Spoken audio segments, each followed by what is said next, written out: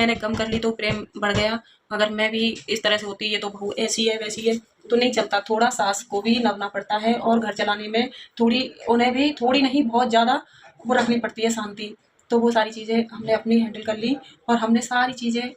चला के अपने बच्चों का जीवन देख रहे हैं। और फिर हमारे छोटे-छोटे बच्चे भी हैं और उनको भी वो अच्छे से, अब तो कोई दिक्कत नहीं है, वो सारी चीज़ें समझ गई। ये जो वीडियो अभी आपने देखा, ये सपना की मम्मी ने एक दिन पहले एक वीडियो डाला था, ये उसी का अंश। उन्होंने भारतीय परिवारों की जो सच्चाई है वो सामने लाके रख दी है। बहुत सारे मामले सुनाई देते हैं सास बहू के झगड़े के और उनके बाद में घर बिखरने, लेकिन बिना किसी एजुकेशन के और बिना किसी ज्ञान के उन्होंने इतनी गूढ़ बात को इतनी आसानी से कह दिया कि किस तरीके से घर में जो लड़ाई झगड़े होते हैं वो किस तरीके से ख़त्म किए जा सकते हैं। अगर मैच्योरिटी दिखाई जाए, अगर परिपक्वता दिखाई जाए तो उन झगड़ों को आराम से टैकल किया जा सकता है, खत्म किया जा सकता है। ये जो बात कह रही हैं वो ये समझाना चाहती हैं कि जिस तरीके से एक नई बहू घर के अंदर आती है तो उसकी ना तो इतनी ज़्यादा उम्र होती है, ना ज़्यादा उसमें मैच्योरिटी होती है, और परिवार वाले यानी ससुराल वाले सारा उससे वो उम्मीद रखते हैं कि जो उनकी माँ करती है, यानी कि उस घर में आज की डेट में जो माँ है जिसने ये घर अभी तक संभाल रखा है, वो उसके दर्जा हासिल कर ले, या फिर ये कहिए कि उसके बराबरी का काम करने लगे और उतनी ही मैच्योरिटी दिखाए, सब लोगों को उसी तरीके से संतुष्ट करे और घर के हर आदमी को समझते हुए उनकी सबकी मांगे को और सबके कामों को उसी तरीके से पूरा करे। जो देखा जाए तो बहुत ज़्यादा हो जाता है, क्योंकि एक तो उसकी उम्र ज़्यादा नहीं होती जो नई लड़की आई हुई होती है, और दूसरा उसकी समझ भी इतनी ज़्यादा परिपक्व नहीं होती, इतनी मैच्योर नहीं होती जितनी कि उसकी सास की होती है। तो उसको थोड़ा सा वक्त देना चाहिए। स्टार्टिंग में सभी के घरों में छोटे मोटे इस तरह के झगड़े या फिर के लिए मनमुटाव होते हैं, लेकिन अगर बड़े लोग उसको अच्छी तरीके से संभाल लेते हैं और उसको थोड़ा सा सहारा देते हैं, साथ साथ उसको समझाते हैं, कोई बात नहीं बेटा, नहीं हो पाया कोई बात नहीं है, अभी तुम जो सीख जाओगी, इस घर में क्या क्या होता है हम बताते रहेंगे, तुम धीरे धीरे करते रहना। जिस तरह से तुम वो घर छोड़ के आई हो, जिस तरह से तुम्हारी मम्मी ने एक एक करके तुम्हें बहुत सारी बातें सिखाई होंगी, मैं भी तुम्हें धीरे धीरे करके इस घर की बातें, उन्होंने उस घर की सिखाई थी,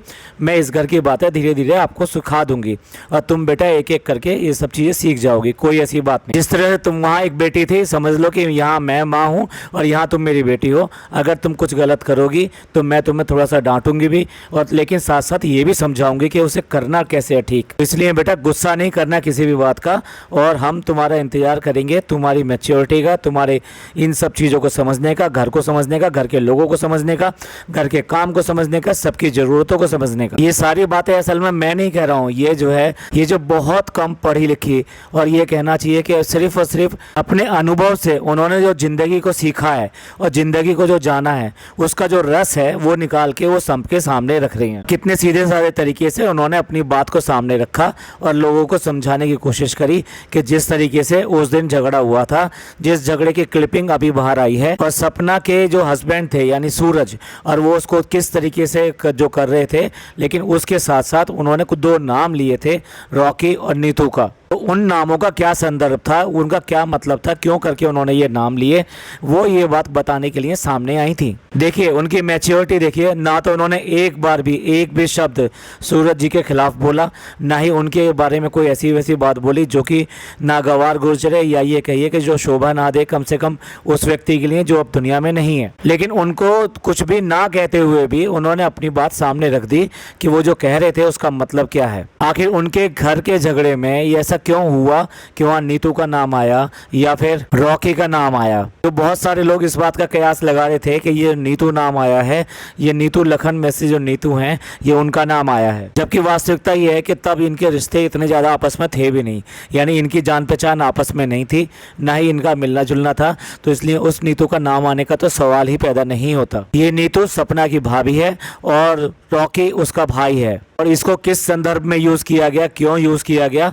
उसके लिए एक हम छोटी सी और क्लिपिंग लगा रहे हैं। पहले आप इसको देख लीजिए फिर इसको बताते हैं। सूरज जी ने रॉकी और नीतू का नाम क्यों लिया था, तो इस बारे में मैं बताती हूँ कि रॉकी नीतू की क्या कह रहे थे। वो एक बार आए थे, तब नीतू की शादी हुई थी नई नई, तो नई बहू जो आती है तो वो दूसरे घर में कैसे एडजस्ट होंगे तो आप ही जानते होंगे, क्योंकि थोड़ी प्रॉब्लम तो होती है ना, पहले आती हैं अपने माँ बाप को छोड़ के तो दूसरे घर में कैसे एडजस्ट होना पड़ता है, तो थोड़ी नोक-झोंक हो ही जाती है। तो ऐसे ही हमारे घर में भी नीतू का कुछ ऐसा ही झगड़ा सा हो गया था, लेकिन बहुत कुछ तो नहीं हुआ था, लेकिन झगड़ा हो गया। तो हमें क्या था कि बेटा ऐसे तो हो ही जाता है, हम दोनों सब लोगों ने उन्हें समझाया थी, बात थी। तो इसी वजह से वो कह रहे थे कि आप नीतू बन रही हो, मैं रॉकी नहीं हूँ। लेकिन रॉकी बनने को बहुत सारी चीज़ें पीछे छोड़नी पड़ती हैं,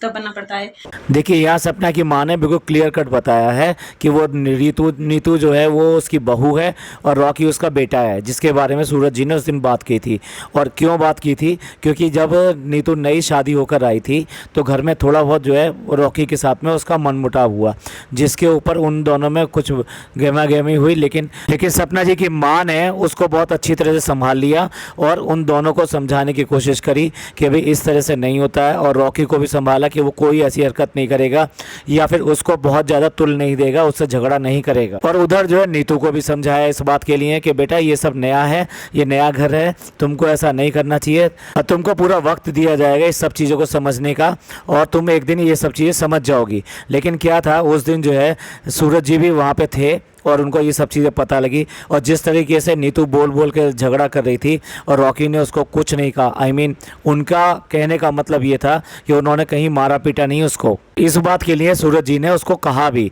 कि ये क्या है, रॉकी इस तरह से सुनता चला जा रहा है और नीतू इस तरह से बोलती जा रही है, ये कुछ बोल नहीं रहा है, ये कुछ कर नहीं रहा है। तो इसी बात को याद करते हुए, जैसा कि नॉर्मल होता है कि जब भी कुछ झगड़ा हो जाए और अगर लड़की के पीहर में कोई भी नेगेटिव चीज़ हुई है तो उसका ताना उस टाइम में उसको इमीडिएटली चेक समेत जो है वापस कर दिया जाता है और उसको रसीद दे दी जाती है कि देख तेरे घर में इस तरीके का चीज़ें होती हैं। सिमिलरली उस दिन जो है सूरज जी ने नीतू का नाम लेकर सपना को मारते हुए ये ताना दिया था कि मैं तेरे भाई जो रॉकी की तरह नहीं हूँ और तू नीतू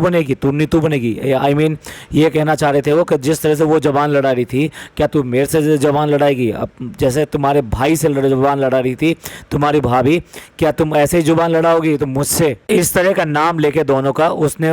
सपना को मारा पीटा था। बाकी चीज़ें बताने की ज़रूरत नहीं है क्योंकि वो क्लिपिंग ऑलरेडी इतनी ज़्यादा वायरल हो चुकी है कि सब लोग जानते हैं कि उस दिन उस सपना के साथ में क्या हुआ था और किस कंडीशन में हुआ था और क्या क्या किया गया था जबकि वो प्रेग्नेंट थी उस टाइम, और किस तरह से परिवार वालों ने यानी उसके सास ससुर या दादा किसी ने भी उसमें इंटरफेयर नहीं किया था, ना ही उसको बचाने की कोशिश की थी। दूसरी तरफ ये देखिए सपना की जो मदर हैं उन्होंने इसी बात को किस तरीके से संभाला अपने घर में और मौका दिया उसको आगे बढ़ने का, समझने का, और आज की डेट में उनके अनुसार वो पूरी तरीके से उनके घर को संभाल रही है और सब तौर तरीके घर के सीख गई है। सपना भी वहाँ जाती है, उसकी बुआ यानी कि उसकी जो नंद है सपना की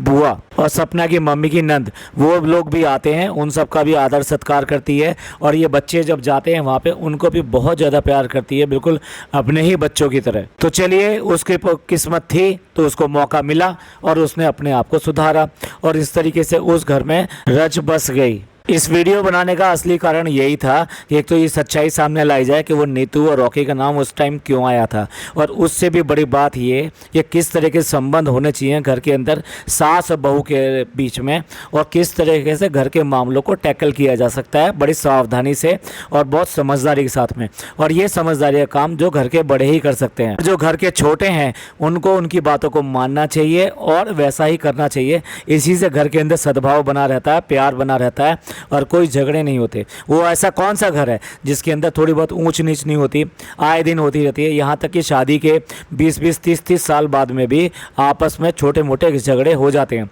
इसका मतलब ये नहीं होता है कि वो 20-30 साल से ऐसे ही बेकार में अपने साथ साथ रह रहे थे दोनों। तो भाई लोगों को भी समझना चाहिए, एक अनपढ़ माँ ने इतना अच्छा पाठ पढ़ाया है, जो अच्छे पढ़े लिखे लोग ये वाला व्यवहार नहीं करते हैं और समझदारी नहीं दिखाते हैं। जिन घरों में ये समझदारी दिखाई जाती है वो घर जो है एक तरह से एकजुट रहते हैं और बने रहते हैं, वरना घर को बिखरने में कोई देर नहीं लगती। और सबकी ईगो इतनी बड़ी हो गई है आज की डेट में कि उस ईगो की वजह से कोई भी झुकने को तैयार नहीं होता और फिर परिणाम क्या होता है, वही घर का बिखरना। आप सब इसके बारे में क्या सोचते हैं, जो कि सपना की माँ ने ये बात सामने लाकर ये बात बताई है कि ये क्यों हुआ था, और उसके घर में भी अगर हुआ था तो उसने किस समझदारी के साथ में ये सब संभाला। आप लोग बताएं कि आप लोगों को ये बात जो कैसी लगी, और आप अपने घर में किस तरीके से इन मामलों को टैकल करते हैं, सो दैट आपके घर में भी शांति बनी रहे और लोगों के बीच में प्यार बना रहे, और आने वाले समय में सब एकजुट होकर फैमिली के अंदर एक दूसरे के साथ में प्यार से रह सके। ये पॉडकास्ट आपको पसंद आया हो तो प्लीज़ लाइक कीजिए, सब्सक्राइब कीजिए, शेयर कीजिए, कमेंट करना ना भूलें, क्योंकि इसमें बहुत ही अच्छी अच्छी बातें बताई गई हैं, खास तौर से सपना की माँ ने जो कही हैं। तो अपने विचार जरूर रखें, इसी तरीके से परिवार में शांति बनाए रखें। थैंक यू, धन्यवाद, शुक्रिया।